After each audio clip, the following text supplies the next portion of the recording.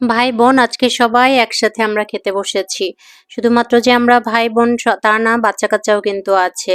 শীতের মধ্যে সবাই আসলে কেন একসাথে আজকে হলাম, একত্রিত হলাম, এই দায়িত্বটা বরাবর আমাকেই নিতে হয়।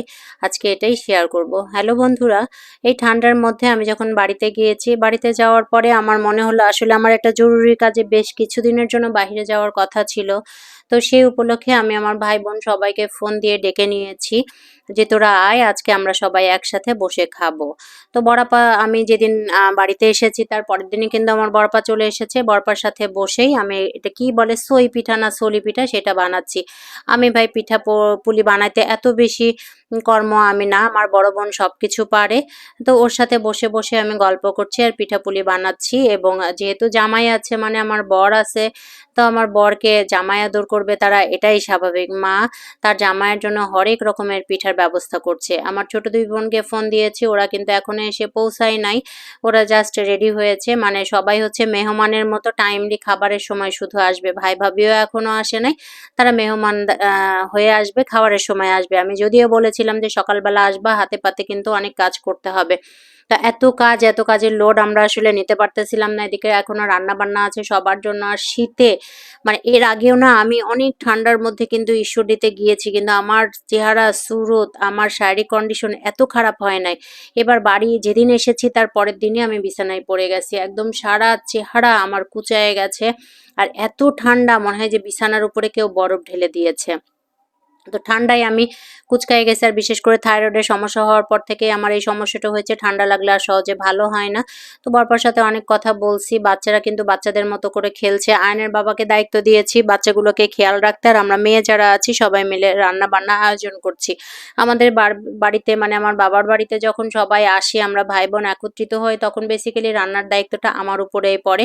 কারণ তারা পোলাও, বিরিয়ানি এবং হচ্ছে রোস্ট খেতে চাই, কোরমা খেতে চাই। তো এই রান্নাগুলো আমি মোটামুটি ভালো পারি, কিন্তু অন্য যে বাংলা খাবার আছে সেগুলো কিন্তু আমি পারি না। তো এর মাঝখানে আমার মা রস পিঠা এনে দিয়েছে খাওয়ার জন্য। তো এত পিঠা একদিনে কি এত পিঠা খাওয়া যায় বলেন? তো পাগল হয়ে গেলাম। ভাপা পিঠা, রস পিঠা, সই পিঠা না সলি পিঠা, সব পিঠা চলতেছে। তো এই পিঠাটা, এই সই পিঠা যেটা এখন বানানো হচ্ছে, এটা কিন্তু আয়নের বাবার জন্য বানানো হচ্ছে। আমার বর আবার আমার মায়ের হাতে কয়েকটা পিঠা খেতে খুব পছন্দ করে। তো মা তার জামাইকে যথেষ্ট আদর আপ্যায়ন করে পিঠাগুলি বানায়। ও যেমন দুধ পুলি খেতে পছন্দ করে, মা ওর জন্য দুধ পুলি বানিয়েছে। রসে ভিজা চিতই পিঠা আমাদের ওখানে বানাই, তো সেটাও বানিয়েছে। এখন বড়াপা এটা বানাচ্ছে, এটা হচ্ছে সলি পিঠা। তো আমার বোনরা এখনো এসে পৌঁছায় নাই। এদিকে আনান কিন্তু আমাদের সাথে বসে গল্প করছে। ঈশ্বরদীতে থাকলে আনান সবসময় কিন্তু আমার ভিডিও ম্যান হিসেবে কাজ করে। তো এর ফাঁকে আমাদের যখন পিঠাপুলির পর্ব শেষ হয়ে গেছে, আমি প্রপারলি বানাইতে পারতেছিলাম না দেখে বরপা রাগ করতেছিল। তখন আমি চলে এসেছি, চলে এসে কিন্তু আমি চুলাতে বসেছি। আপনারা অনেকেই জানেন আমি যখন আমার বাবার বাড়িতে থাকি তখন কিন্তু আমি মাটির চুলায় রান্না করি, গ্যাসে একদম রান্না করতে পারি না। মানে রান্নাঘরে শীত হোক, গরম হোক, বৃষ্টি হোক, কোনোভাবেই না আমি রান্নাঘরে থাকতে পারি না। এত গরম লাগে, আমার কাছে অস্থির লাগে। তো যার জন্য আমি মাটির চুলাটাকেই পছন্দ করি। আর এই মাটির চুলাটা মা আমার জন্যই বানিয়েছে। তো পাতাতে আমি ভাত রান্না করছি। আমি সবসময় পাতাতেই ভাত রান্না করে থাকি, কারণ আমাদের কিছু গাছ আছে, সেই গাছ থেকে যখন পাতা পড়ে একটা খালা পাতা কুড়ায় নিয়ে যায় এবং আমাদের কিছু দিয়ে যায়। তো সেই পাতাগুলো মা রিজার্ভ রাখে আমার জন্য, যে আমার পাগলটা যখন বাড়ি আসবে তখন সে পাতায় রান্না করবে। আসলেই কিন্তু আমি চুলাতে বসে রান্না করি, আমার খোলামেলা জায়গায় বসে রান্না করতে অনেক ভালো লাগে। তো এখানে ভাত রান্না করতেছি আর হচ্ছে আনানের সাথে গল্প করতেছি। আমি গেলে হচ্ছে আমার পেছনে পেছনে আমার মিনিটা যেমন আছে, তেমনি আনানো আমার পিছে পিছেই থাকে সবসময়। এই জন্য ওর আম্মু বলে, এই তুই আমার মেয়ে না তোর মনির মেয়ে, তুই সবসময় থাকিস। ভাই বোন যদি একসাথে একত্রে বন্ডিং তৈরি করে থাকা যায়, তাহলে কিন্তু বাহিরের মানুষগুলো না কিছু বলার সাহস পায় না, বাহিরের মানুষগুলো ক্ষতি করার সাহস পাবে না। ভাই বোন মিলেমিশে থাকা যায়। হয় কি, ভাই বিয়ে হয়ে গেলে ভাবির জন্য অনেক সময় পারে না, বা বোন বিয়ে হয়ে গেলে বরদের জন্য অনেক সময় পারে না।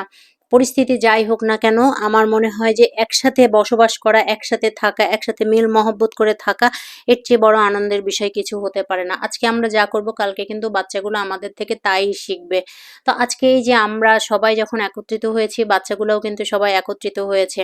যেমন আমার বাচ্চাটা ওর মামাতো ভাই বোন এবং ওর কয়েকটা খালাতো ভাই বোনকে চেনেই না। চেনেই না বললে হয় কি, ওদের সাথে আমরা যখন বাড়িতে যাই তখন ওদের সাথে টাইমিংটা মেলে না, যেন দেখা সাক্ষাৎ হয় না। শুধু খালাতো ভাই বোনদের মধ্যে চেনে, আনান এবং আফিফকে, আর কাউরে চেনে না।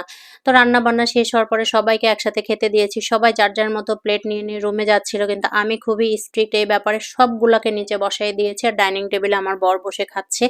আমার কথা যে না, পারিবারিক যেহেতু অনুষ্ঠান, পারিবারিকভাবেই সবাই একসাথে বসে খাবো, বিভিন্ন ধরনের গল্পগুজব করব, কোনো কথা হবে না। তো এখন যার যার বাচ্চাকে সে খাওয়াইয়ে দিচ্ছে, আর ওদিকে আয়নের বাবা ডাইনিং টেবিলে বসে খাচ্ছে আর আমার মা খাজুনদারি করছে। আমি তো আমার বাচ্চাকে নিয়ে ব্যস্ত, আমার বাচ্চাকে আমি খাওয়াচ্ছি। সবার পক্ষে ভালো হয়েছে একসাথে বসে খাওয়ার জন্য, ভালো হয়েছে কি জানেন, বাচ্চাগুলোও নিজ হাতে খাচ্ছে, যার যতটুকু লাগছে ততটুকু খাচ্ছে, কেউ আহ্লাদিপনা করছে না, টিভি দেখে খাচ্ছে না। আর আনান তো কঠিনভাবে সাইজ হয়ে গেছে, যে আমি যে কয়দিন বাড়িতে আছি সেই কয়দিন কিন্তু একদিনও ওকে টিভি দেখে আমি খেতে দেইনি, যার জন্য ভেতরে ভেতরে গজরাই, কিন্তু কিছু বলার সাহস তার নাই। তো ভাই বোনের এই দৃশ্যটা আসলে খুবই আমার কাছে ভালো লাগছে, এই জন্য স্মরণীয় করে রাখার জন্য এই ভিডিওটা আপলোড করলাম। যদিও শীতের মধ্যে সবাই একদিনের জন্য আসছে, কিন্তু আমি মোটামুটি ৩-৪ দিন থাকবো। তো আমাদের এই ভিডিওটা নিশ্চয়ই আপনাদের ভালো লাগছে। মাঝে মধ্যে কিন্তু পরিবারকে নিয়ে আপনারা এরকম সময় কাটাবেন। সবাই ভালো থাকবেন। থ্যাংক ইউ ফর ওয়াচিং এবং আমাদের জন্য দোয়া করবেন। সবাইকে আল্লাহ হাফেজ, বাই।